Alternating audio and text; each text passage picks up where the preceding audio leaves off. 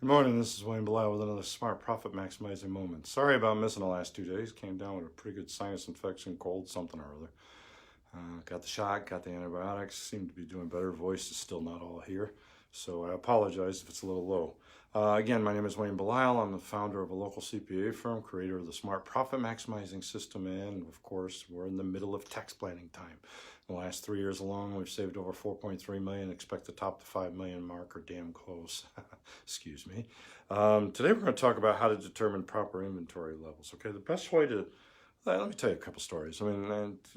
Bear with me a minute.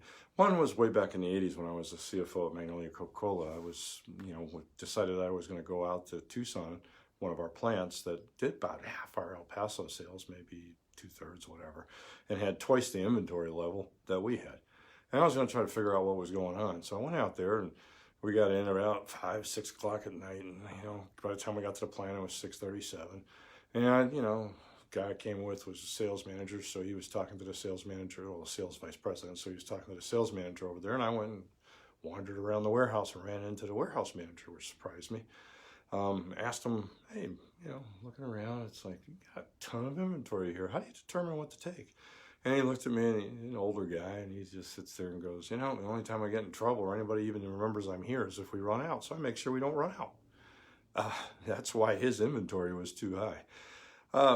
Can you go too low? Yeah. I was talking to a client of mine who had one product that really took off in sales. And I asked him, what goes on? And he says, well, I decided to really put a lot of floor inventory in so we could show everybody.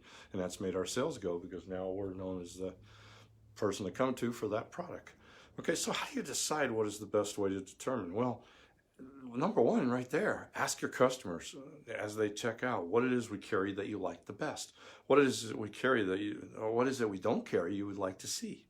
All right. Retailers need to remember that customers vote with their wallets, meaning that the most valuable market research you will ever have is what your customers actually buy from you. You could do all kinds of market research, but the answers you would get are still only theory. The only answers that really count are the ones that customers are providing you when they put their money on the counter and pay for the merchandise they bought. If you don't count the votes of your customers through their purchases, you will not last long in retail business. Let's be honest about it. You cannot afford to ignore this critical information that people will give to you every day through their behavior. Luckily, today's point of sales programs capture all that information. You just have to take the time to learn to get the information out.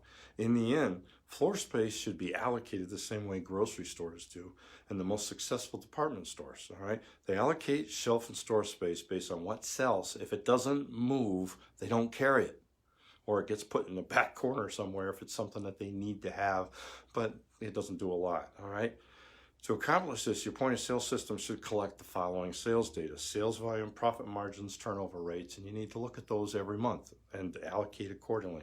With this information, you will quickly discover what inventory you should have. If you're going to introduce a new product, give it a splash, make an intro, see what it does. If it doesn't hit hard on a splash when it's being promoted, it won't hit hard when it's not. That's probably as much as my voice is going to take today. So until next time, this is Wayne Bilal saying, let's make this our most profitable year ever. Thank you very much.